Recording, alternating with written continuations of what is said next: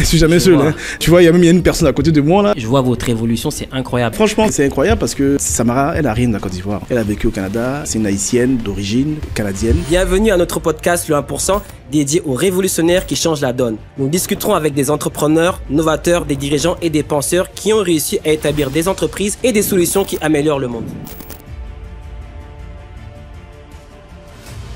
Notre entreprise, c'est DG International. Vu qu'on était sur place, on a commencé par le Canada, mais rapidement, nos portes se sont ouvertes au niveau de la France, l'Europe, les pays avoisinants de la Côte d'Ivoire, donc le Sénégal, le Bénin et autres. Comment ça se passe réellement en Côte d'Ivoire si je veux investir en immobilier?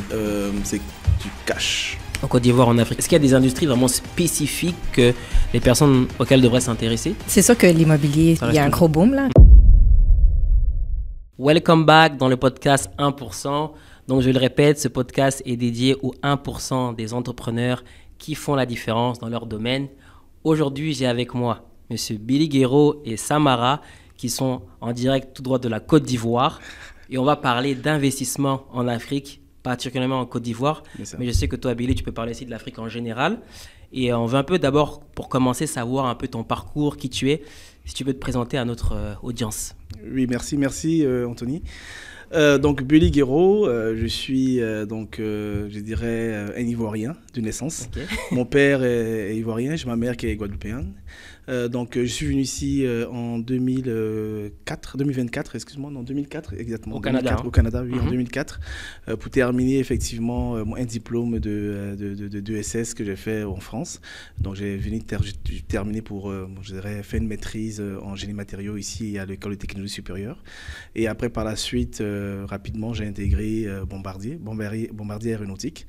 Je travaillais en analyse de défaillance. Okay. En général, j'avais le bon métier. Pourquoi? Parce que j'analysais quand, par exemple, l'avion avait des problèmes mécaniques en vol ou mécanique parce qu'il y a un accident de vol. On devait en gros déterminer le pourquoi, l'historique de ça. Et rapidement, c'était très intéressant le métier, mais je me suis vraiment un peu ennuyé parce que je suis un entrepreneur dans l'âme. Donc en 2013, j'ai démissionné. J'ai créé effectivement plusieurs entreprises dans le domaine de la finance, dans le financement immobilier en général. Plus particulier, j'accompagnais donc les Canadiens dans le processus d'achat immobilier. Et vite fait, j'ai après en 2019 eu à travailler avec mon frère en Côte d'Ivoire pour un mandat en Côte d'Ivoire pour créer une franchise bancaire en Côte d'Ivoire. Je vais vous expliquer plus tard en gros c'est quoi la franchise bancaire en Côte d'Ivoire qu'on a créée et qui fait que derrière il y a eu je dirais de belles opportunités qui sont créées là-bas et c'est comme ça qu'en 2020 en plein Covid, ouais. Je suis m'installer à Abidjan. Mais par contre, j'ai toujours gardé, je dirais, mes liens ici au Canada, même avec Samara Archange, avec qui on a toujours continué à travailler ensemble pour le Canada et surtout pour relier la business entre le Canada et la Côte d'Ivoire. Super, donc il y a vraiment eu une transition entre le Canada et la Côte d'Ivoire. C'est bien ça, oui. Je me rappelle très bien parce que tu parlais beaucoup de la Côte d'Ivoire, tu avais la vision, puis tu fais parmi des personnes rares que quand ils disent quelque chose, ils le font. Puis c'est pas tout le monde qui peut sauter le pas. Absolument.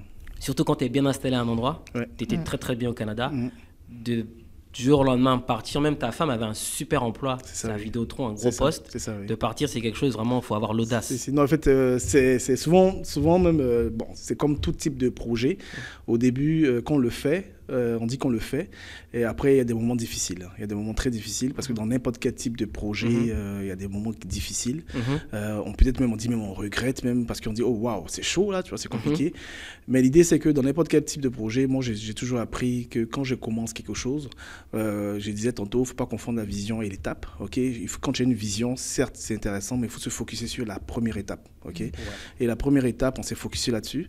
On est passé à travers effectivement des difficultés, on a passé avec des défis, des challenges, parce que c'est un autre pays, c'est d'autres cultures, c'est une autre culture, une autre manière de faire les affaires.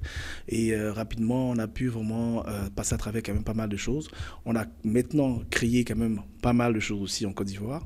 On a aussi créé des opportunités, on a pu saisir d'autres types d'opportunités parce que certes, la vision, comme je disais toujours, elle est bonne, mais en gros, au cours de chemin, on peut la dévier. Okay? Ouais.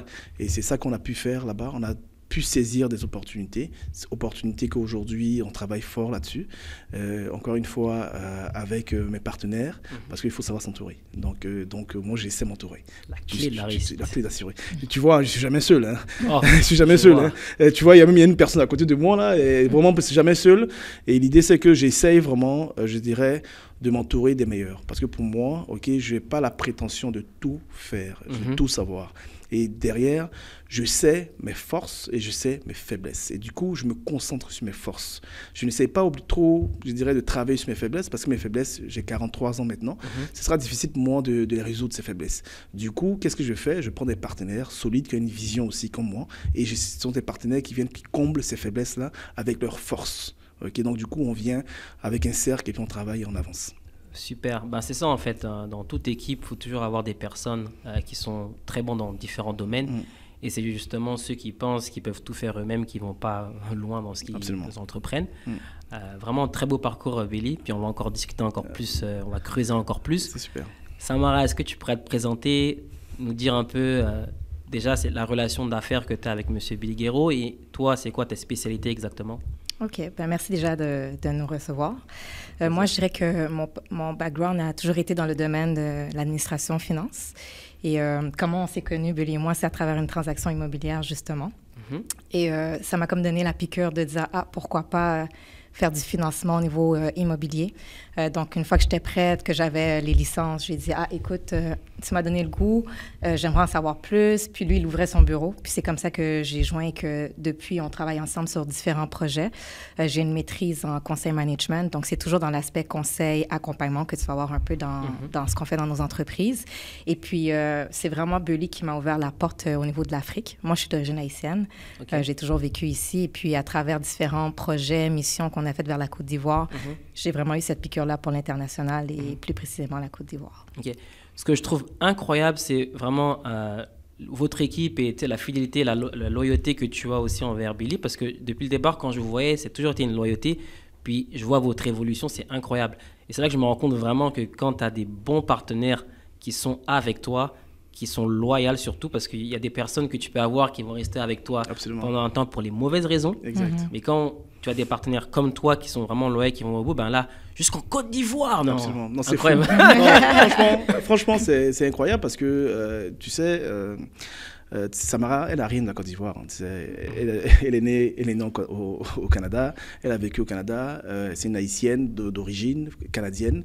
Donc, il fait que, déjà, pour pouvoir, je dirais, faire un pas vers quelque chose d'inconnu, il faut vraiment, je dirais, avoir une confiance, tu vois, une confiance qui est sans faille, ok. Et donc du coup aussi moi, à ce niveau-là, je me dois aussi d'être, je dirais, je vais pas mettre trop de pression, mais je dois être excellent, pour pouvoir, je dirais, répondre à cette promesse, ok, à savoir derrière, on fait quelque chose, c'est pas facile, mais par contre, je me fais tout pour que ça fonctionne. Parce que ma promesse, elle est là. Donc, du coup, c'est ça qui fait qu'automatiquement, la confiance au partenaire est là.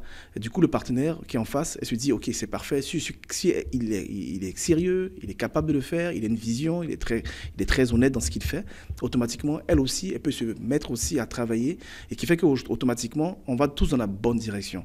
Parce que regarde, c'est même quand n'importe quel type de business, hein, on peut travailler avec nos frères, on peut travailler avec nos sœurs, on peut travailler avec des oncles, etc. Du moment qu'on est en partenariat, la famille n'y est pas. Okay? Ouais. C'est des relations d'affaires. Okay? Et dans les relations d'affaires, on a un objectif commun, c'est de réussir en affaires. Donc du coup, l'affaire qu'on crée ensemble, ça devient capital parce que c'est comme un bébé, parce que le bébé ne peut pas nourrir seul, ne peut pas grandir seul. Non. Donc il fait que tout ce qu'on fait, doit être en gros dans la même direction. Donc on doit se coordonner. Comme je disais tantôt, je suis faible dans certains endroits, elle est plus forte dans d'autres endroits. Donc du coup, on sait quoi faire pour que derrière, ce soit elle qui prenne et moi je prends en arrière. C'est toujours comme ça. Et c'est cette confiance-là que, je te dis, on a réussi à développer, Samara et moi, durant toutes ces années. Et depuis 2015, on a travaillé ensemble. Depuis 2017, en réalité, aussi, on a une transaction immobilière. Donc, qui fait que depuis cette date-là, on a toujours vraiment fonctionné comme ça et puis ça se passe super bien. Ouais. Et ça, c'est vraiment des capacités de leader parce que de ce que je comprends aussi, c'est que toi, tu as toujours eu une vision et tu as su t'entourer des personnes qui peuvent nourrir cette vision. Absolument. Et ça, c'est une capacité d'être un leader, en fait. Quand tu es un leader, tu es une personne qui a une vision et tu es capable d'attirer autour de toi des personnes qui vont croire en cette vision et qui vont t'accompagner durant tout le chemin, même s'il y a des obstacles. Absolument. Parce que dans l'entrepreneuriat, il y aura toujours des obstacles, il y aura toujours des challenges, des difficultés. Mais c'est quand tu es un bon visionnaire, un bon leader que tu es capable de combattre ces obstacles et aller au bout du chemin. C'est chacun son rôle dans une business. Tu vois, effectivement, souvent on discute, Samara et moi, souvent on n'est pas d'accord sur certains types de choses. Mais après, derrière, au final, chacun sa place, chacun sait ce qu'il fait. Et donc, du coup, on ne vient pas trop dans le territoire de l'autre. Okay, donc, effectivement, une entreprise, c'est effectivement être bon leader. Ça, c'est vraiment important pour un entrepreneur. Mais par contre, ici, au-delà de l'entrepreneuriat, c'est comment gérer une entreprise, comment créer un système derrière pour que derrière ça fonctionne. Au-delà de moi, au-delà de Samara, c'est comment créer un système pour que ça fonctionne. Et effectivement, c'est la stratégie, beaucoup de stratégie. Beaucoup de travail et qui fait qu'au fur et à mesure, en gros, au fur et à mesure qu'on avance, Samara sait faire des choses, elle se spécialise dans certaines choses et moi je me spécialise dans d'autres choses. On va prendre d'autres types de partenaires et ces autres types de partenaires, ils rentrent dans la game et derrière, ils nous apportent toujours de la valeur ajoutée. C'est toujours très important dans notre approche. C'est vraiment incroyable.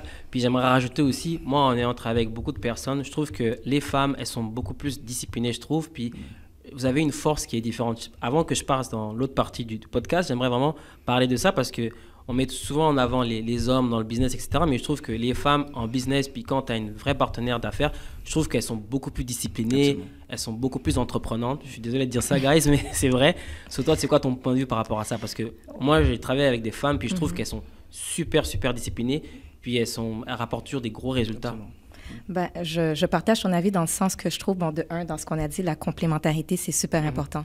Et je trouve que dans différents projets que j'ai eu ou quoi que ce soit, la balance de l'instinct de la femme versus l'homme dans les affaires, ensemble, la complémentarité est extraordinaire parce que, de un, les femmes, il y a un côté intelligence émotionnelle, l'intuition aussi. Comme tu as dit, peut-être au niveau de tout ce qui est structure. Là, moi, je suis très administration, structure aussi. Et puis, ça vient vraiment balancer. Puis, en tout cas, dans notre dynamique, ce que j'aime bien, c'est que Bully, déjà, dans sa personne, aime vraiment mettre la femme de l'avant dans le sens... Au Canada, tu sais, c'est quelque chose que... Il y a des mouvements qui vont vraiment mettre la femme leader de l'avant et différentes organisations. Et... pour moi, c'est vraiment, c'est un plus. Je veux dire, moi, je suis dans le domaine de l'immobilier comme Bully, le financement. C'est un domaine très homme. Ouais, c'est oui, la touche est différente parce que autant qu'il peut y avoir des discussions où ce que ça reste à un niveau, des fois, juste un élément de plus, un argument, une perspective fait que la dynamique, la transaction prend un autre tournant. Donc, ouais. Okay. Jusqu'à moi, je sais m'entourer. Regarde, concrètement, écoute, souvent, il y a des transactions, les gars, ils m'aiment pas. Ah ouais. N'importe les gars, ils m'aiment pas. Je te dis, je vois Samara, là, tu vois, c'est réglé. Et elle est une autre approche. C'est aussi simple que ça. Elle est une autre approche. J'ai une autre approche. Et écoute, souvent, on ne peut pas plaire à tout le monde. Tu vois. Exact. Mais par contre, on veut plaire à tout le monde. Donc, du coup, c'est dans ce sens-là que derrière, j'essaie de m'associer avec des partenaires comme ça. J'essaie de m'associer avec des leaders aussi, parce que Samara, elle me lead dans certains aspects de ma vie.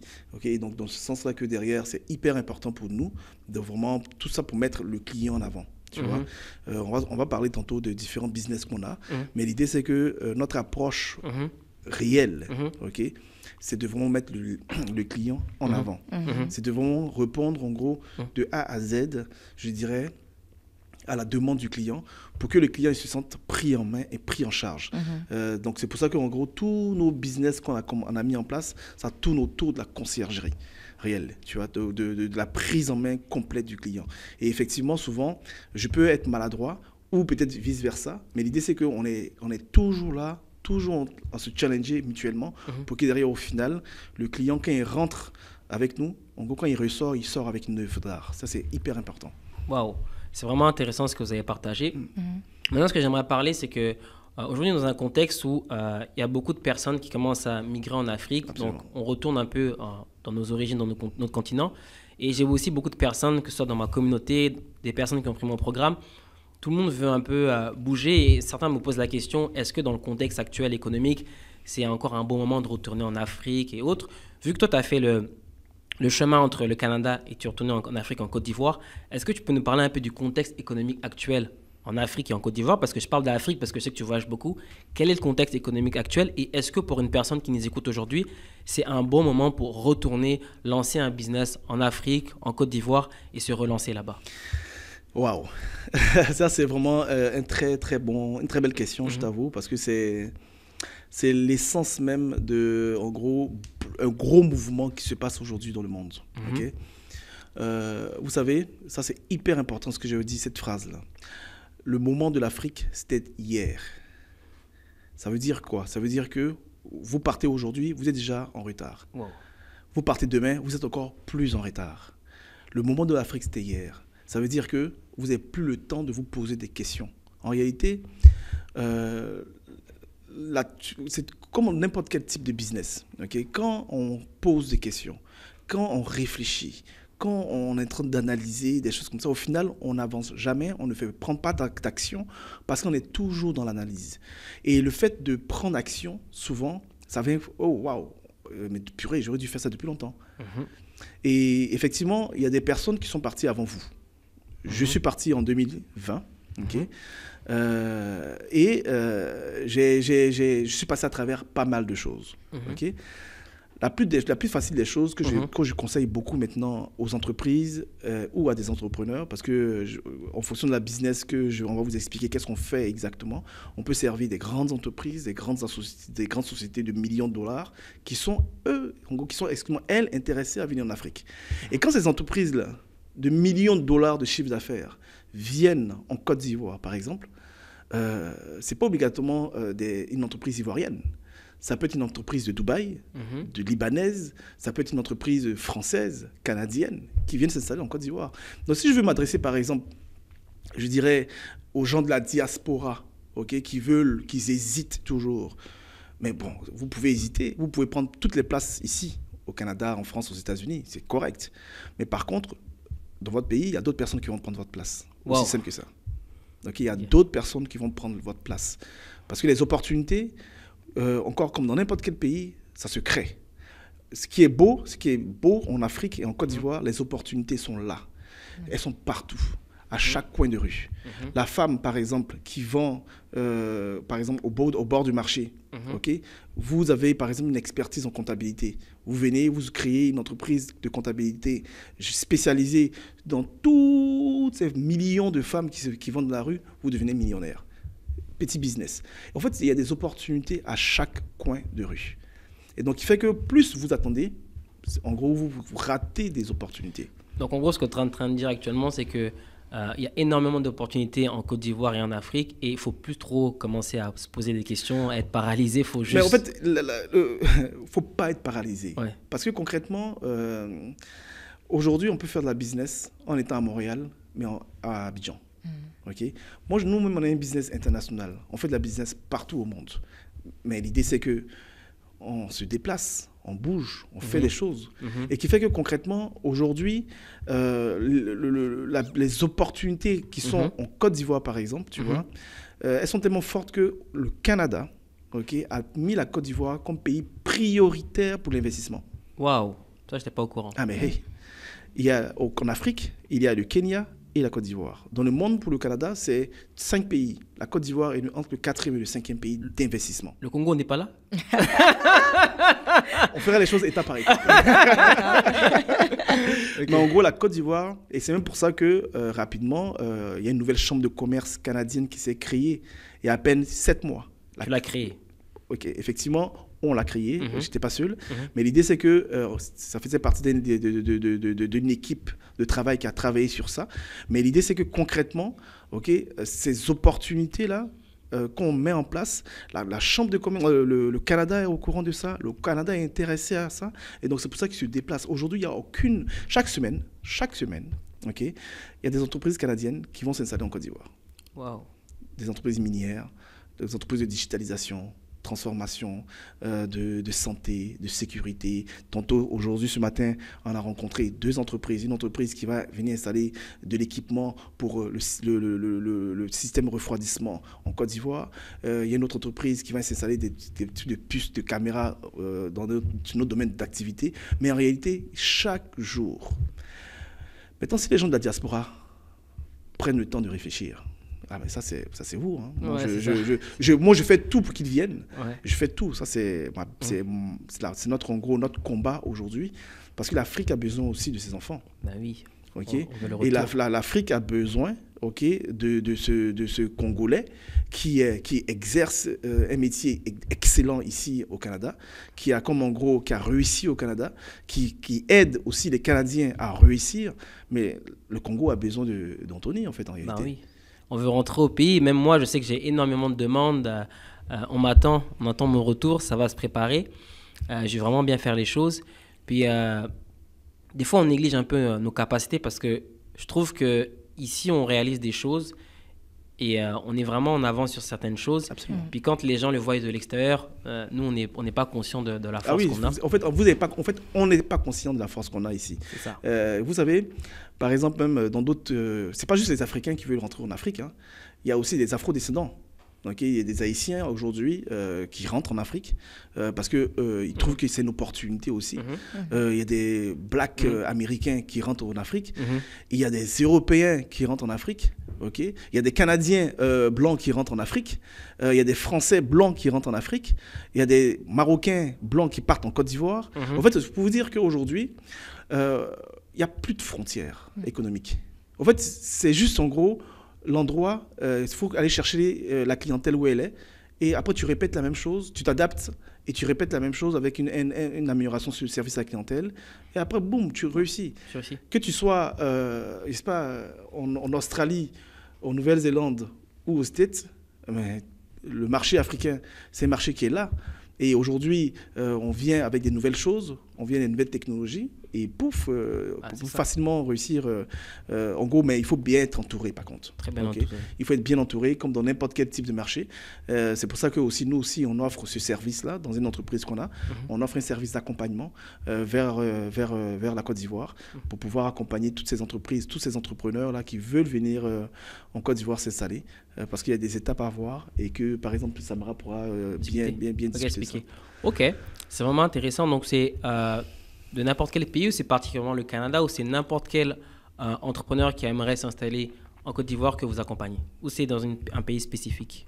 Est-ce que tu peux un peu plus nous parler de ça, Samara? Oui, donc notre entreprise, c'est DG International.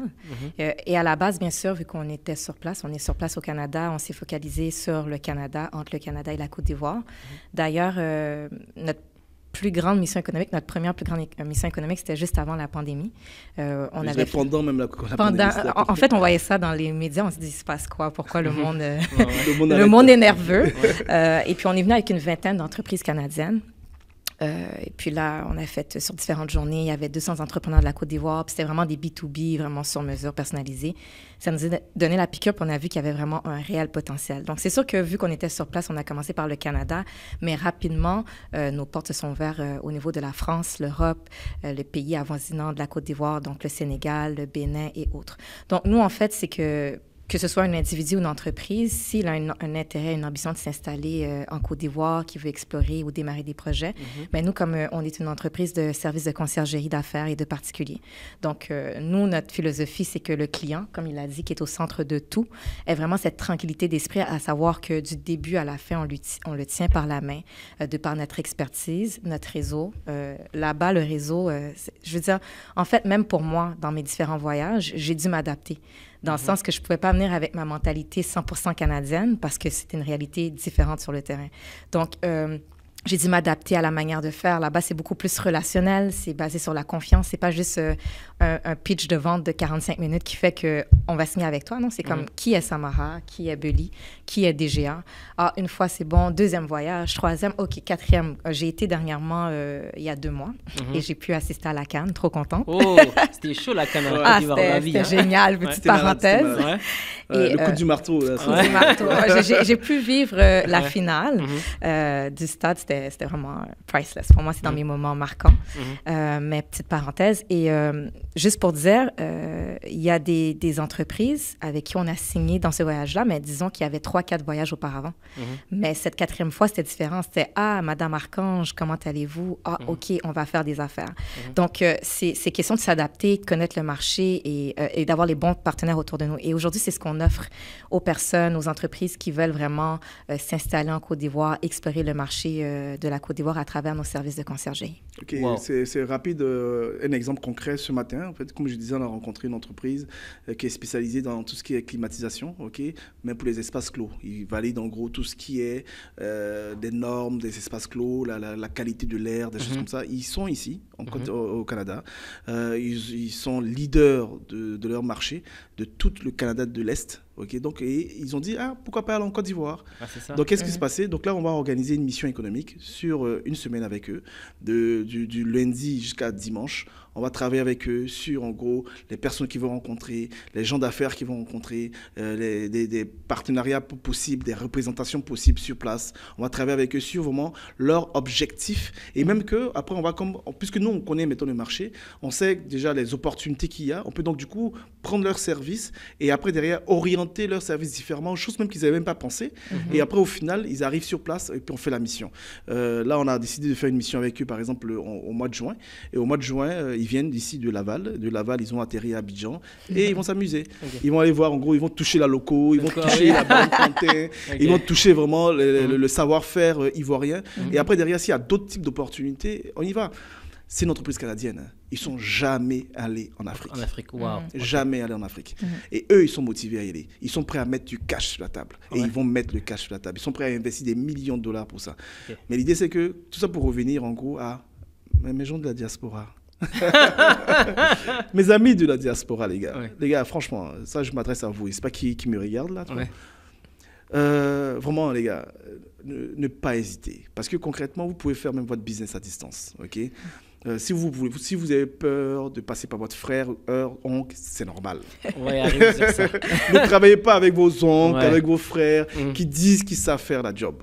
Travaillez avec des professionnels. Il y a des professionnels qui ont les mêmes normes ici, qu'on a pris, qu'on a mis là-bas, comme nous par exemple, et on sait servir des personnes avec des principes, avec la qualité du service, la coordination de projet et le suivi de projet. C'est hyper important. Et c'est ça qui fait que derrière, aujourd'hui, je vous dis, les gars, c'est plus le moment de penser. Hein, parce qu'aujourd'hui, on dit toujours, l'Afrique, sera le plus gros marché dans les prochaines années. La jeunesse ivoirienne, la jeunesse africaine, elle est énorme. Okay? En gros, en termes de population, on en a la demande. Cette jeunesse veut consommer. Il veut consommer des ordinateurs, il veut consommer des appareils photo, il veut consommer n'importe quoi de qualité, en gros. Donc, ils ne vont pas obligatoirement... Et ils ne savent pas, là. Ils ne savent pas. Donc, du coup, si vous ne venez pas vers eux, ils vont aller avec les gens qui sont là. Qui sont sur place. Et malheureusement, si ce sont les mêmes gens qui sont sur place, ils vont aller avec leurs services et on va rater quelque chose encore. C'est très intéressant ce que tu as dit. C'est pour ça que même moi, dans les projets que je suis en train d'entreprendre, c'est sûr que j'aime beaucoup Dubaï, j'ai plusieurs projets, mais l'Afrique, c'est aussi dans mon plan. C'est un tremplin, en fait. Dubaï, ça peut être un tremplin pour l'Afrique parce que Dubaï, c'est un carrefour. Hein. C'est un carrefour entre l'Europe, l'Afrique, les États-Unis, l'Amérique. Et s'installer à Dubaï, c'est vraiment être au cœur du business. En fait, le end goal pour moi, c'est l'Afrique. Donc, absolument. Ça va être là que je vais commencer à aussi regarder pour le futur. Mais il y a un truc que tu as dit qui est vraiment intéressant parce que même moi, ma famille, ont eu affaire à beaucoup de business au Congo. Ma mère qui m'écoute, là, elle va dire moi, j'ai toujours dit non. Quand vous allez là-bas au Congo, les business au Congo, il faut bien être organisé. Pourquoi? Parce que là, récemment, j'ai entendu plusieurs histoires, que ce soit des proches de ma famille ou d'autres histoires. L'histoire souvent avec oui, je vais aller faire des conteneurs en Afrique. Tu connais l'histoire des conteneurs et autres. Oh, je vais aller donner ça à mon cousin, je vais envoyer les voitures, etc. Mon père a investi beaucoup d'argent, même des proches que j'ai connus, puis il y a eu toujours plein d'histoires. Donc déjà là, j'aimerais que tu donnes le conseil un peu. C'est quoi les clés du succès pour réussir un business en Afrique, surtout avec ce contexte qu'on a nos familles qui sont là-bas? Absolument. Écoute, il y a des gens qui m'appellent, qui me disent tout, ne dis pas à ma famille que je viens. Il y a des gens qui m'appellent, non, s'il te plaît, écoute, tu es professionnel toi. Hein. Si j'apprends que tu as dit à ma cousine ou à ma soeur que j'arrive, je te tue. Non, c'est fou, en fait, dans le sens que, concrètement, il y a eu des histoires d'horreur. Ah oui. Ok, et c'est ça, je dirais, la crainte. On a fait une tournée, Samara et moi, on est partis en France ces deux dernières semaines. Et là, maintenant, nous sommes au Canada. En France, on a rencontré plusieurs personnes. On a participé à des ateliers sur l'immobilier, des choses comme ça. Et après, on est parti à Nice, où on a rencontré une belle communauté ivoirienne là-bas, avec le président qui nous a accueillis, le président de la communauté ivoirienne qui nous a accueillis pour entendre ce qu'on a proposé. C'était dans le cadre de notre entreprise qui s'appelle DGA International Immobilier, par contre, le volet immobilier. Il nous a dit alors, qu'est-ce que vous avez à nous proposer rapide. Et du coup, nous, on lui a dit, écoute, on ne vient pas vous offrir des projets immobiliers. On ne vient pas vous offrir une propriété ou un bien qu'on a fait, qu'on va vous présenter. Non. Ça, on va laisser ça aux autres. Nous sommes là pour vous présenter une méthode de travail. Notre méthode de travail. La méthode de travail, elle est très simple. Et ça, je m'adresse à toutes les personnes de la diaspora. C'est clair qu'on a toujours tendance à vouloir travailler avec des cousins, des gens qui disent qu'ils savent tout faire. Parce qu'effectivement, en Afrique, tout le monde sait tout faire. Okay? Mais le problème, c'est qu'au final, quand il faut faire, personne ne fait. Donc, il fait que notre méthode de travail, par exemple dans le volet immobilier, on est parti d'abord d'un principe de base, très simple. On a vu qu'aujourd'hui, il y a beaucoup de gens de la diaspora qui se font avoir. À savoir, ils investissent, ils vont acheter des biens immobiliers, même s'ils ils signent des documents comme quoi ils ont acheté, mais au fait, le bien n'existe pas. Ça arrive très souvent. Et qui fait que beaucoup de gens de la diaspora se sentent un peu freinés par ça. Mais quand une personne de la diaspora se sent freinée par ça, c'est 2 millions de personnes finalement qui se sentent freinées par ça, et qui fait qu'il n'y a pas d'argent qui rentre au pays. Exactement. Donc il faut régler le problème de sécurité, fiabilité des transactions. Donc il fait que nous, notre méthode est très simple.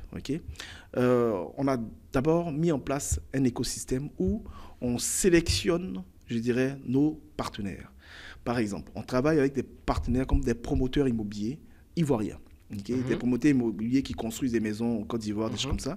Des promoteurs immobiliers, pour qu'on puisse travailler avec eux, il faut qu'ils portent notre signature. Notre signature, c'est quoi? Il faut qu'ils soient agréés. Il faut qu'on puisse valider toutes leurs propriétés. On fait une analyse de marché sur leurs biens. On regarde la documentation. On regarde l'agrément programme. On regarde tous leurs documents. Carrés pour que derrière, on puisse porter la signature de DGA.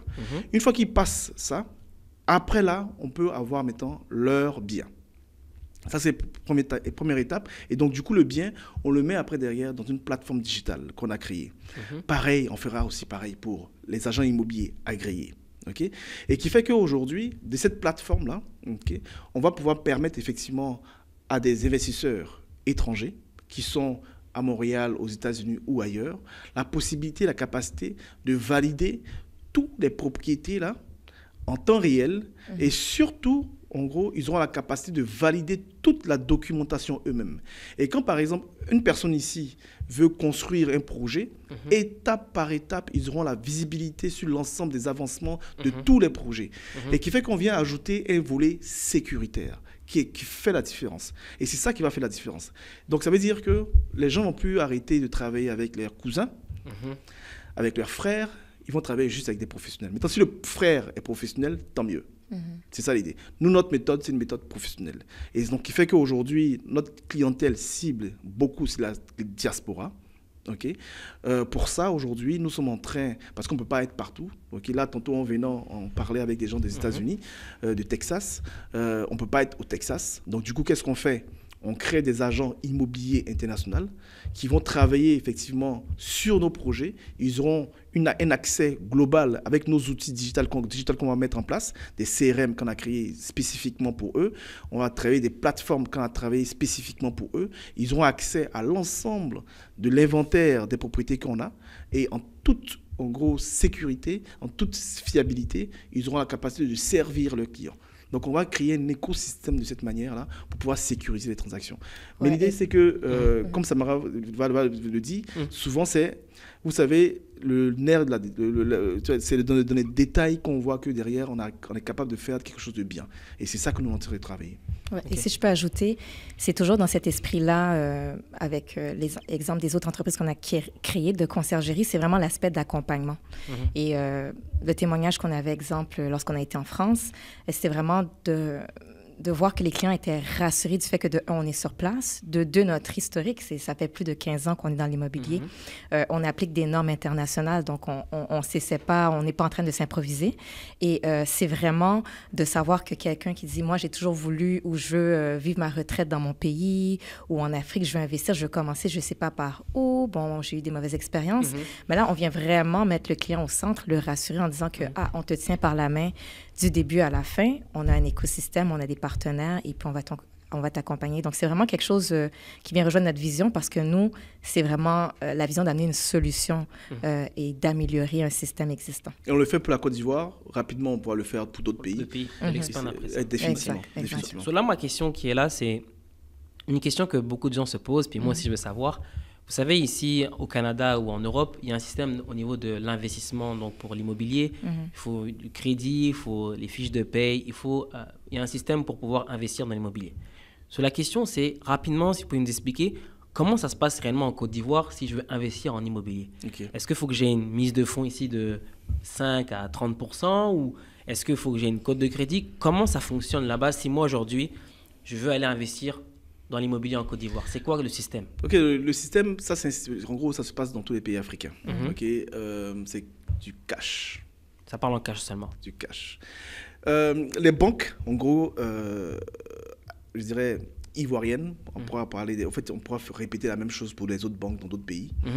Les banques ivoiriennes, en gros, aujourd'hui, pour pouvoir, en gros, financer un acquéreur, il faut que cet acquéreur-là soit salarié ou fonctionnaire, ou un salaire très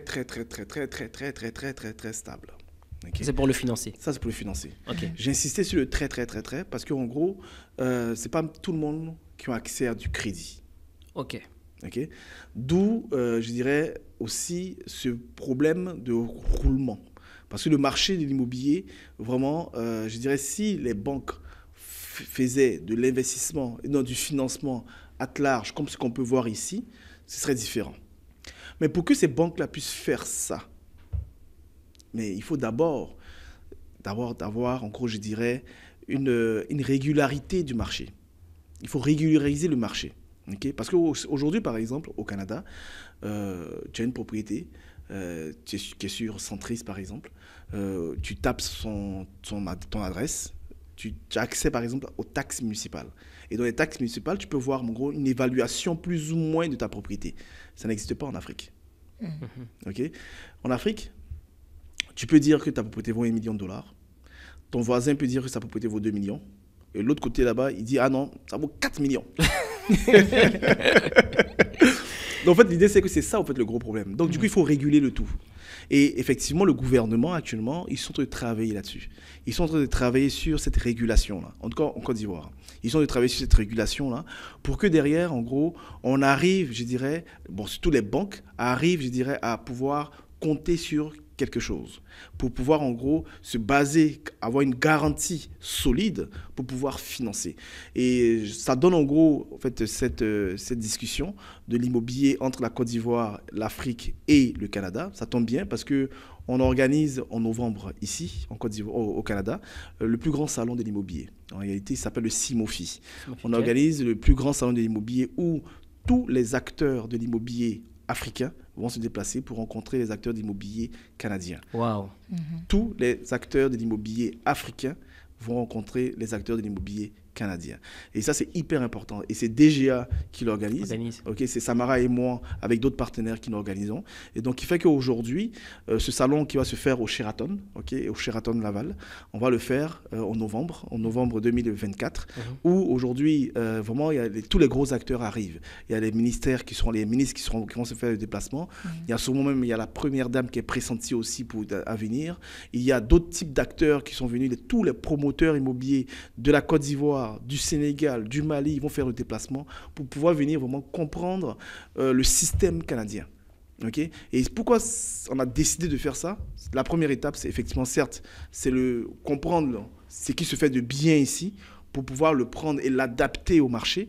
La prochaine édition, on pourra le faire au Maroc, en France, aux États-Unis, pour aller chercher ce qui se fait du mieux pour l'immobilier, le marché africain. En fond, c'est un concept qui a été créé et là, après, lorsqu'il va être mis en place après le premier événement qui va être un succès, vous allez commencer à le reproduire dans différents pays pour que les personnes qui sont intéressées vraiment à investir en Afrique ou en Côte d'Ivoire vont vraiment voir c'est quoi les perspectives. Parce qu'effectivement, je trouve que souvent dans les médias sociaux ou ce qu'on voit à la télévision, on ne met pas en avant notre Afrique. Absolument. On voit des choses qui ne sont pas forcément positives, alors qu'en réalité, quand on regarde comment ça a évolué, comment notre Afrique a évolué aujourd'hui niveau technologique, niveau business, niveau investissement, c'est le jour et la nuit avec ce qu'on voit à la télévision. Et ça, c'est important. Et c'est vraiment un outil, hein, c'est un véhicule qu'on est en train de mettre en place. Parce que au même titre que les acteurs de l'immobilier, ils veulent aller récupérer... parce qu'il y a un savoir-faire qui est développé partout, hein, ça, on le reconnaît. On sait que par exemple au Canada, il y a un savoir-faire, il y a un système financier, il y a un système de financement qui se fait, ça se passe super bien. Pourquoi aller pas prendre ce qui se fait bien et le recréer pour nous aussi? C'est la même chose que nous avons fait en Côte d'Ivoire. Quand on est arrivé en Côte d'Ivoire, on a vu qu'effectivement il y a des challenges, il y a des défis dans l'immobilier. Nous, avec notre expérience de 15 ans qu'on a eue ici au Canada, on a essayé d'apporter une touche. Mais c'est exactement, on peut faire l'inverse aussi. On se balade partout, aux États-Unis, en Australie, parce que le marché de l'immobilier est complètement différent partout ailleurs. Maintenant, nous, notre objectif, c'est d'aller chercher ce qui se fait le mieux pour notre pays. Ok. Est-ce que, Samara, il y a des industries en particulier que nos internautes qui nous écoutent, lorsqu'ils vont vouloir s'investir en Côte d'Ivoire, en Afrique, est-ce qu'il y a des industries particulières qui sont en boom, par exemple la technologie, l'immobilier, ou est-ce qu'il y a des industries vraiment spécifiques que les personnes auxquelles devraient s'intéresser? C'est sûr que l'immobilier, il y a un gros boom, là. Comme je disais, en l'espace de 2 ans, quand j'ai été, puis j'ai eu, avec la Cannes, c'est sûr qu'il y avait un contexte. Il y a des rues que je passais, qui avaient des immeubles qui avaient poussé, les prix des propriétés ont triplé, quadruplé, mais un peu comme Billy l'a dit, les opportunités, je veux dire, sky's the limit. Dans le sens que c'est pas une question de réinventer la roue. Ce qui, pour nous, peut être simple ici, pour dire, bon, ils n'ont pas besoin de ça, mais déjà, juste en discutant, en allant sur place, et c'est pour ça que j'invite les gens à explorer, en fait. De ne pas rester là à dire, bon, j'aimerais investir, je ne sais pas où, quand, mais des fois, juste de faire un voyage, ça va déjà élargir les horizons et des fois, en discutant, échangeant avec les gens, c'est là que des idées se créent, des entreprises se créent. Donc, oui, il peut y avoir des secteurs plus forts, mais moi, ce que j'aimerais dire, c'est qu'en fait, les opportunités, il n'y a pas de limite. Il n'y a vraiment pas de limite. Donc, tu peux faire des podcasts et venir. Il n'y en a pas beaucoup. Vraiment. J'arrive. Il n'y en a pas beaucoup. Okay. Il n'y en a pas beaucoup. Des bons podcasts avec des bons équipements, avec la qualité de l'image. Et il y en a quelques-uns, mais il n'y en a pas beaucoup. Le marché est là. Okay. Il y a beaucoup de chefs d'entreprise qui veulent passer par ces genres d'émissions-là pour pouvoir présenter, je dirais, leur offre de service, mais ils n'ont pas accès. J'arrive. Mais ça, il faut que je le dise à tout le monde, parce qu'il faut que tout le monde vienne, là, tu vois. C'est important. En fait, il y a des petites niches, là, en fait. Oui. Ça, c'est une niche, là, tranquille, tu vois. C'est une niche tranquille. En fait, moi, ma vision avec le Omnia Space, c'était ça. Mais c'est toujours la même. C'est vraiment de créer un univers créatif dans lequel on peut créer du contenu, on peut créer des podcasts, on peut vraiment divertir le monde. Et j'ai commencé à Montréal, mais mon idée et ma vision, c'est vraiment, je t'en avais déjà parlé, c'est de le faire un peu partout dans le monde. Absolument. En Afrique, à Dubaï, en Europe, un peu partout. Parce que c'est quelque chose qu'aujourd'hui, la meilleure manière de pouvoir transmettre ton message, c'est par la communication. Et aujourd'hui, avec comment la technologie a évolué, comment le content creation a pris une grosse ampleur, si tu es capable de transmettre ton message via un podcast, via du visuel, eh ben, c'est la meilleure manière. Et tu donnes l'opportunité, je dirais, aux entrepreneurs de parler. Tu sais, parce qu'il y a des entrepreneurs qui n'arrivent pas à parler parce qu'ils n'ont aucun outil, ils n'ont aucun savoir, et ils n'ont pas de réseau. Okay? Et le fait que tu puisses faire ça, ça donne en gros la possibilité. En gros, tu aides les entrepreneurs. Et c'est hyper important. Tous ceux qui écoutent le podcast actuellement, le Omnia Space, on va expand. Donc, si vous voulez, vous avez des pays en Afrique dans lesquels vous voulez qu'on investisse. La Côte d'Ivoire. Je suis ouvert aux opportunités en gardant mon brand et mon concept, mais on va expand rapidement. Ouais, tu dois me parler des concepts aussi, hein, n'oublie pas. Ouais, je travaille sur un nouveau concept qui est incroyable. par rapport à cet espace créatif. J'ai tellement appris beaucoup de choses avec les événements récents. Et ce que je dis dans la vie, c'est que on apprend des erreurs. L'échec est fait pour que tu puisses apprendre et pas refaire la même chose 2 fois. Okay? Moi, je le dis tout le temps. Essayer de faire la même chose et penser qu'il y aura des résultats à la fin, c'est ce qu'on appelle la folie de l'illusion. Exact. Quand tu as quelque chose auquel tu as eu quelques difficultés, quelques obstacles, la meilleure manière déjà de pouvoir te relancer, c'est de pas de freeze et de dire « Ah, ça y est, le premier a marché, pas comme je voulais, j'arrête tout. » Non. Ouais. C'est de te relancer, mais en faisant pas les mêmes erreurs. Absolument. Tu apprends. Puis j'ai pris énormément de maturité en business en ayant développé le Omnia Space 1 et 2. Et aujourd'hui, je sais très bien où je vais aller, où je vais frapper correctement, mais pas en faisant les mêmes erreurs. Absolument. Puis ce qui est beau dans l'histoire, c'est quoi? C'est que tu as fait. Ouais. Okay? Tu as fait la première fois. Okay? Et la première fois a fait aussi que tu as eu des revenus. Exactement. Donc si, par exemple, tu devais être parfait, et puis le faire, mais tous les revenus que tu as fait là, dans cette période, ça aurait été 0. Donc en gros, le fait que tu as essayé de faire, peut-être que tu n'as pas eu le succès X, Y, Z, mais par contre, tu as fait, tu as des revenus. Et là, aujourd'hui, ça te permet aussi, avec ces revenus, de réinvestir autrement et de réessayer. Mais c'est exactement ça, l'Afrique, en fait. En gros, on ne peut pas tout le temps être parfait dès le départ. Okay? C'est pas parce qu'on a essayé, ou bien tu as entendu que ton frère et ta sœur, ils ont fait des choses et puis ça n'a pas fonctionné. Et du coup, toi, ça n'a pas fonctionné pour toi. Il faut savoir s'entourer. Il faut savoir travailler avec des professionnels. Okay? Et ça, je le dis, ça coûte très cher de travailler avec des professionnels. Mais c'est encore plus cher de travailler avec des gens qui ne savent pas. Qui vont t'amener dans des rues, dans des trucs bizarres. C'est compliqué. C'est comme le contenu. La raison pourquoi moi, à un moment donné, j'étais frustré par rapport un peu à mon espace, c'est que j'ai investi énormément d'argent, plus de $150 000 dans des équipements dans un studio.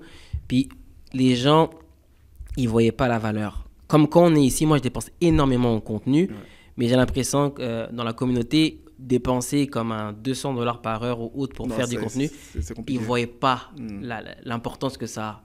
Alors que ceux qui comprennent que tu dois investir dans ton contenu, tu dois investir dans ton image, c'est ça qui va te faire en sorte que si ton personal branding est fort, ça va t'emmener loin. Très loin. Aujourd'hui, on est dans une ère où c'est le personal branding qui fait la différence. Absolument. Si tu es capable d'être vu, de pouvoir communiquer ton message et de manière constante, surtout parce que la constance, c'est important. C'est bien de vouloir faire un podcast, de vouloir faire des vidéos, mais si tu fais une fois puis après tu disparais pendant un an, ça ne sert à rien. Ça marche pas. C'est la constance qui fait en sorte que tu as des résultats. Et c'est la constance et la persévérance qui fait ensuite que tu auras aussi des personnes qui vont venir à toi. Absolument. Donc, c'est important de comprendre qu'il faut savoir investir dans ton contenu. Et c'est ça un peu dans lequel je vais travailler par rapport à notre communauté. Vraiment éduquer au maximum les personnes pour qu'ils comprennent et qu'ils voient la valeur d'investir dans le contenu. Parce que je trouve qu'on a un peu un retard par rapport à ça. Tu dois venir en Côte d'Ivoire, toi. Non, sérieux, parce que je te promets. Hein, par exemple, à Abidjan, moi, par exemple, mon entreprise, je fais du conseil. Okay, on a un cabinet conseil. On a des belles solutions.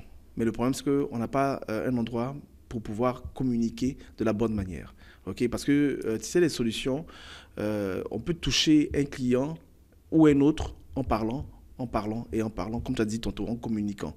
Mais le problème, c'est que si tu n'as pas ça, okay, c'est un peu compliqué. Tu vois, donc, du coup, tu prends d'autres types de moyens pour le faire, tu vois, qui sont plus ou moins efficaces. Mais faire ce podcast-là, c'est hyper important parce qu'il y a une puissance en arrière derrière. En gros, les gens, ils savent qui t'es. Au final, ils se disent, ah ok, c'est comme ça qu'il est, il parle correctement, il est pas si méchant que ça, il est cool. Et en plus, il dit quelque chose d'intéressant. C'est ça, au fait, qui est important. Et pour moi, le podcast, c'est hyper important. Viens en Côte d'Ivoire, mon gars. Je vais venir, j'arrive. Moi, j'ai monté un programme qui s'appelle la méthode Omnia, où j'aide les entrepreneurs à pouvoir lancer un business en ligne. Donc, que ce soit que tu aies une expertise ou une prestation de service que tu veux offrir en ligne, grâce à la méthode Omnia, je te montre de A à Z comment tu peux créer ton contenu, faire ton tunnel de vente, faire ta prise de rendez-vous pour au final vendre ton produit ou ton service. Puis 90% des personnes qui sont abonnées à mon programme, qui sont inscrits, ils me parlent du podcast 1%. Exact. Ils me parlent des intervenants. Il y en a même quelqu'un qui m'a dit, tu sais la raison pourquoi je rentre dans ton programme, je l'achète. C'est parce que quand tu as fait ton podcast, les personnes avec qui tu as invité dans le podcast, c'est à cause de ces personnes-là que j'ai vu que c'était quelque chose de vraiment fiable et sérieux. C'est pour ça que je rentre dans ton programme. Et un podcast, c'est la meilleure manière aussi de te faire découvrir. Absolument. Par exemple, toi, Pélé, je trouve que tu es une personne incroyable, Mais justement, comme on ne te voit pas forcément tout le temps dans les réseaux, tu es super occupé. Là, dans ce podcast-là, on va vraiment savoir t'es qui. Puis crois-moi, tu verras qu'à la fin de ce podcast, vous aurez énormément de personnes qui vont demander... Donc, laisse-moi profiter alors de ça pour dire quelque chose. Vous savez, comme tu as dit tantôt, on a créé une chambre de commerce. La chambre de commerce Canada-Côte d'Ivoire. Cette chambre de commerce, ça fait à peu près 5 mois qu'elle existe. On a travaillé là-dessus pendant 1 an. On a des personnalités qui sont à la tête de cette chambre. On a déjà le président qui est M. Alain Quadio, qui est le président de la chambre de commerce, qui est le propriétaire du groupe Keidan, qui est le premier groupe immobilier de Côte d'Ivoire, qui est aussi le premier entrepreneur africain selon le Forbes magazine, donc parce qu'il réussit tout ce qu'il touche. Donc lui, c'est le président de la chambre. Donc en gros, avec déjà lui, sa vision, on sera en mesure effectivement d'accompagner toutes les entreprises qui veulent venir s'installer en Côte d'Ivoire, à faciliter le réseau, les contacts, les aider à s'installer. Ils ne vont pas venir s'installer seuls aussi. S'ils veulent passer par des chambres, s'ils veulent passer par une entreprise, s'ils ne veulent pas passer par une entreprise privée ou veulent passer par une chambre, c'est possible aussi. On a par exemple aussi Mme Massobet Touré, qui est elle vice-présidente, qui est présidente du groupe, je dirais, CITA, qui est le premier groupe, je dirais, de transformation de noix d'acajou, qui est le premier groupe ici en Côte d'Ivoire. Donc en gros, c'est une personnalité qui est hyper connue en Côte d'Ivoire. On a M. Eric, qui est le président du BRVM, qui est la bourse de valeurs immobilières de Côte d'Ivoire, qui est la première bourse de toute l'Afrique de l'Ouest. Donc c'est Mme Marie-France Brisson, qui est la vice-présidente, qui est aussi, elle s'occupe de tout ce qui est relations institutionnelles entre le Québec et la Côte d'Ivoire. Donc c'est pour vous dire que, moi, effectivement, je suis secrétaire général. Mais l'idée, c'est pour vous dire que cette chambre de commerce, c'est une chambre de commerce qu'on a mis en place, déjà pour répondre, à un besoin du Canada. Parce que quand on a ouvert la chambre, il y a la présidente du Sénat canadien qui a fait le déplacement, qui est venu à l'ouverture de la chambre. Il y a aussi la sous-ministre de l'économie qui est venue aussi en Côte d'Ivoire pour venir assister à l'ouverture de la chambre. Et bien sûr, il y a Samara Archange qui est venue et qui a fait que, en gros, on a une portée et une importance ici au Canada qui est hyper important. Donc, ceux qui suivent au fil de ton podcast, les entreprises de la diaspora, les entreprises canadiennes qui veulent s'installer, la chambre de commerce aussi est là pour vous. Parce qu'on forme un réseau d'entreprises et nous formons un réseau de business. On veut faire de la business. On est là pour vous aider à faire de la business. Maintenant, ma question, est-ce que, parce que je sais que vous avez différentes catégories de personnes, en termes d'investissement ou en termes de prix, est-ce qu'il y a une tranche de prix ou est-ce que c'est seulement pour des personnes qui ont des entreprises qui génèrent un certain minimum de chiffre d'affaires ou ça peut être pour quelqu'un qui démarre, qui n'a pas encore une entreprise qui génère des revenus? Parce que j'ai une clientèle à moi qui démarre, comme j'ai des personnes aussi qui sont déjà en place, mais à qui ça s'adapte? Est-ce que c'est les deux ou est-ce qu'il y a une tranche de prix pour avoir votre accompagnement ou faire partie de la chambre de commerce? Comment ça fonctionne? Je te laisse parler. Bonne question. Écoute, déjà, si on va dans le volet immobilier, nous, on y va sur le principe d'un service d'accompagnement personnalisé. Donc, tu avais une super bonne question à savoir, est-ce qu'au niveau de l'immobilier en Côte d'Ivoire, c'est différent du Canada et autres? On sait qu'en termes de système réglementation, c'est différent. Comment les gens puissent investir? Comme Billy l'a dit, souvent, c'est très comptant. Mais ce n'est pas tout le monde qui peut avoir peut-être 400, 500 000 à dire, j'achète une propriété. Donc, nous, on fait un accompagnement personnalisé, à savoir, on analyse le profil de la personne et on trouve des solutions.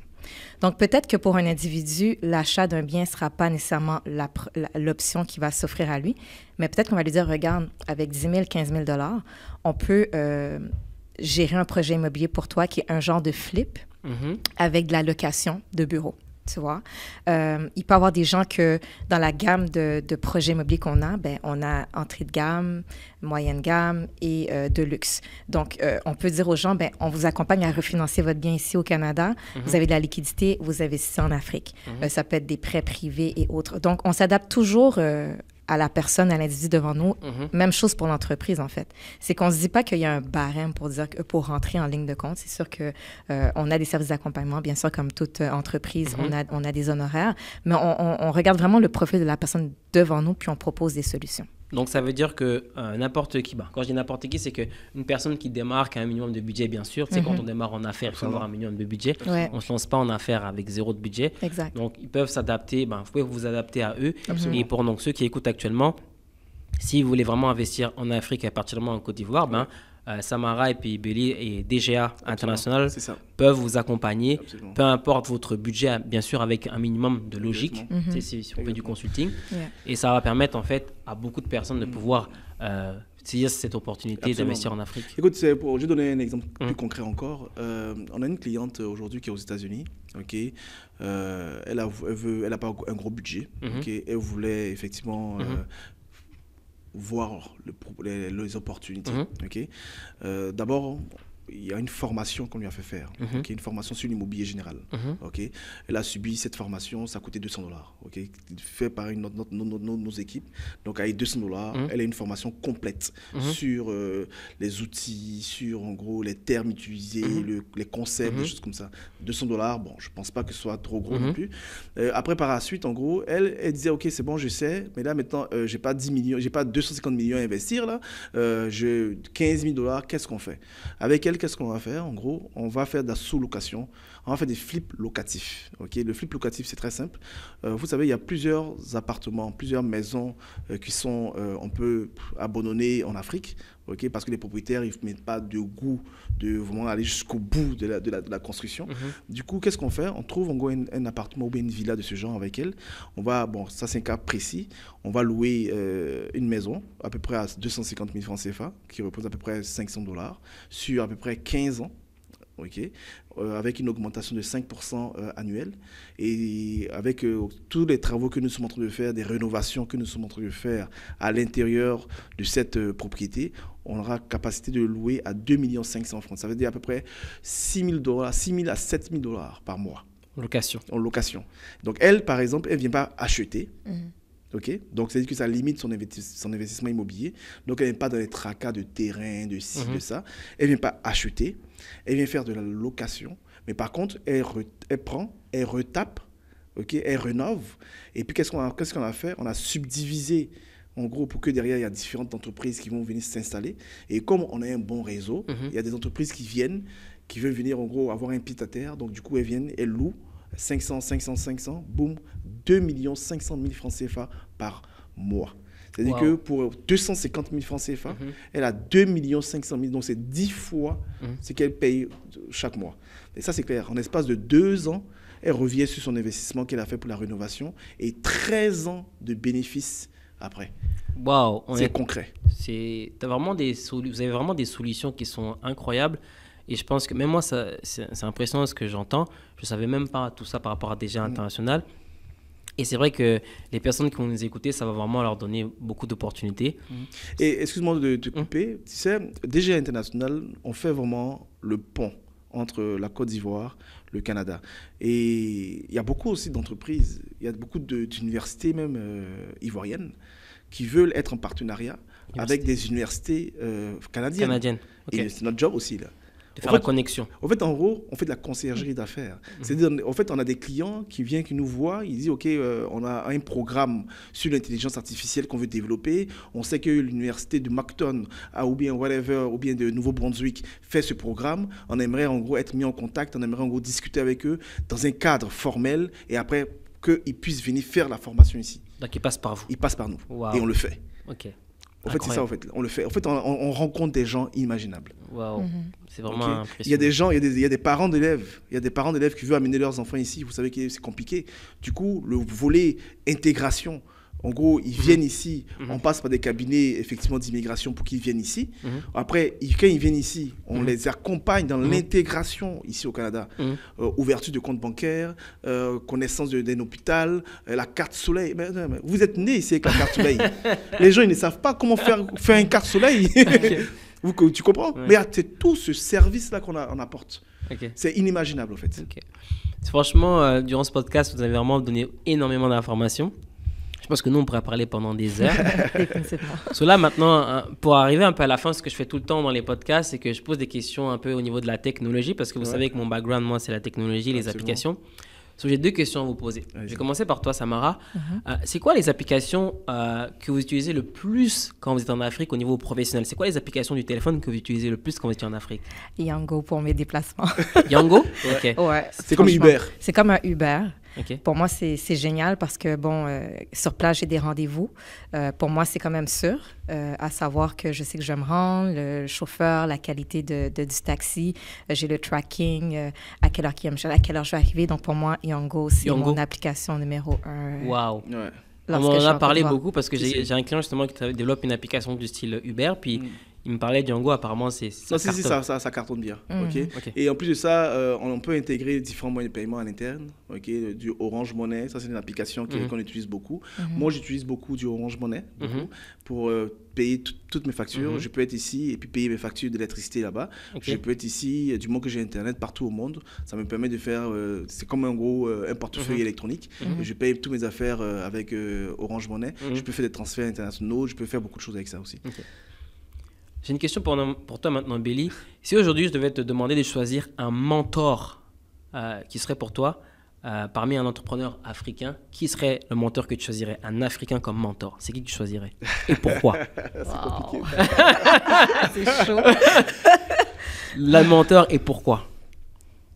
Waouh, là tu me poses une cale, je t'avoue. Pas que je connais pas beaucoup d'entrepreneurs, au contraire, je connais beaucoup. Je connais beaucoup d'entrepreneurs et je dirais chaque entrepreneur que je rencontre, ils viennent me voir, on discute de tout et de rien et j'apprends quand même beaucoup d'eux parce qu'ils ont une autre vision des choses. Ils ont une vision que moi je trouve est très intéressante parce qu'ils ont une connaissance aussi du marché que moi j'ai pas. Parce qu'ils ils font d'autres types d'activités. J'aime bien ça il est connu de tout le monde, Philippe Simo, que je suis souvent. Je l'aime bien, pourquoi? Parce qu'il était rapidement le premier à dire investir en Afrique. Donc Philippe Simo d'investir en Afrique. Oui. Ok, parfait. Oui. Je l'aime bien. J'aime bien Philippe Simo parce qu'en plus il est venu s'installer en Côte d'Ivoire parce qu'il a trouvé aussi que la Côte d'Ivoire était top. Ça, je m'adresse à monsieur les Camerounais. Non, en fait, Philippe Simo, en fait, il réussit en affaires, mais ce que j'aime par-dessus tout, c'est son message, investir en Afrique. Tu comprends? Et c'est ce message aussi que j'aime beaucoup. Et il inspire beaucoup de gens. Tout le monde ne peut pas travailler avec lui parce qu'ils sont trop nombreux, ceux qui veulent venir maintenant en Afrique. Mais par contre, je trouve que c'est un message qui est pur. En fait. Il donne des exemples. Il y a des gens qui sont d'accord, il y a d'autres gens qui ne sont pas d'accord. Même moi-même, souvent, il dit des choses que je ne suis pas d'accord. Mais au moins, il les dit, il s'affirme et il a confiance dans ce qu'il dit. Et c'est ça qui fait aussi la force d'un entrepreneur. Avoir confiance en lui. Et il réussit. Éventuellement, je ferai un podcast avec lui quand je viendrai en Côte d'Ivoire. Pour la fin, un peu, j'aimerais que vous puissiez nous donner des conseils pour ceux vraiment qui veulent, les vrais conseils vraiment pour ceux qui veulent finalement investir en Côte d'Ivoire. Et aussi nous dire à la fin, Samara, c'est où qu'on peut vous retrouver sur les réseaux si vraiment on veut faire affaire avec vous. Comment ça se passe? Donc d'abord, nous dire un peu les conseils que vous donnerez vraiment pour finaliser, pour vraiment bien investir en Afrique, en Côte d'Ivoire, et à la fin nous dire aussi c'est où qu'on vous retrouve si on veut faire affaire avec vous. Moi, ce que je dirais que mon conseil, c'est de faire le saut, comme Billy l'a dit. Donc, ça sert à rien de dire, bon, j'aimerais, je suis pas sûre. C'est de faire le saut déjà en voyageant, à travers une mission économique ou autre. Et c'est de s'entourer des bonnes personnes, des bons partenaires. C'est vraiment clé parce que comme on l'a dit à travers le podcast, le cousin du cousin de... Tout le monde fait tout, en fait. Tout le monde a des relations d'intermédiaire. Mais lorsqu'on est bien entouré, on y va étape par étape, puis on s'assure de la réussite du projet. Donc, que ce soit un projet X, il peut avoir un virage que ça devient un projet Y, mais qu'il y a tout un potentiel différent. Donc, pour moi, ce serait vraiment de faire le saut, d'aller sur place et de s'entourer des bons partenaires. Parfait. Ouais, ça, c'est un beau message. Moi, je dirais que pour rejoindre un peu tout le sujet de conversation qu'on a eu, c'est, vous savez, il n'y a rien de parfait. Vraiment, il n'y a rien de parfait. L'entreprise, un entrepreneur doit se dire que c'est un entrepreneur qui va entreprendre, qui va essayer, qui va toucher, et que derrière, il va voir quel chemin qu'il veut. Comme Samara l'a dit, une mission économique déjà, pouvoir tâter le terrain, pouvoir se rendre compte des choses. Parce que c'est clair qu'aujourd'hui, il ne peut pas être là et dire qu'il va investir sans dire qu'il bouge, qu'il fasse des choses, tu vois. On a rencontré, même avant de venir, là, j'ai rencontré des Haïtiens qui sont actuellement à Abidjan. Et ils ont fait le Ghana, ils ont fait ils ont fait Abidjan, et ils vont faire le Bénin, et puis ils vont revenir. Parce qu'ils veulent tester le marché, ils veulent comprendre comment ça fonctionne. Et c'est comme ça que derrière, que ça peut réussir. Parce qu'on peut même être ivoirien et dire que, ah oui, mais tu sais, la Côte d'Ivoire, c'est ci, c'est ça, c'est ça, c'est ça. Mais au final, on n'a pas cette connaissance réelle des choses. Okay? Et du coup, tester, c'est ça qui fait la différence. En gros, avancer et faire. Just do it more. Comme vous avez entendu, arrêtez de trop réfléchir, testez le marché, allez en Côte d'Ivoire et vous aurez les résultats qu'il faut. Absolument. Puis si ça ne marche pas comme vous voulez, vous allez apprendre, entourez-vous des bonnes personnes. Absolument. Puis tout va bien se passer. Exact. So, c'est où qu'on peut vous retrouver si on veut faire affaire avec vous? Comment ça se passe? Déjà, on est sur Facebook, sur LinkedIn, TikTok et Instagram, sur DGA International, okay? Ou sur nos noms, Billy Guerreau, Samara Archange. Sur LinkedIn, on a quand même une bonne communauté qui nous suit aussi sur LinkedIn. On n'a pas encore YouTube. Je pense qu'on va travailler là-dessus avec mon ami Anthony. Oui, avec plaisir. Oui. Mais par contre, en gros, vraiment, on a nos numéros de téléphone qui sont disponibles vraiment aussi. On peut se faire contacter sans problème. Et on est très souvent, je dirais, on répond facilement à nos appels. Ne pas hésiter, hein, parce que les gens, ils voient et souvent, ils ont peur. Ils ont dit, ah oui, il est trop occupé. En fait, on prend le temps vraiment de répondre à tout le monde.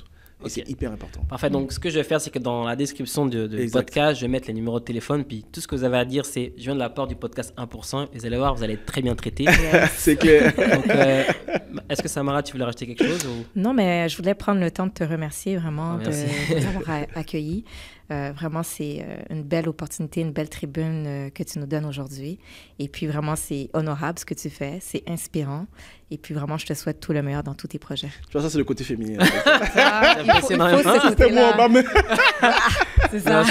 Ouais, en tout cas, ça m'a fait un plaisir de vous avoir dans le podcast. Et c'était une très belle conversation. On a vraiment appris par rapport à l'Afrique et la Côte d'Ivoire. Ouais. Ça apporte énormément de valeur. Absolument. Puis, on se voit pour les prochains projets. Exact. Allez, on se revoit. Merci beaucoup. Merci.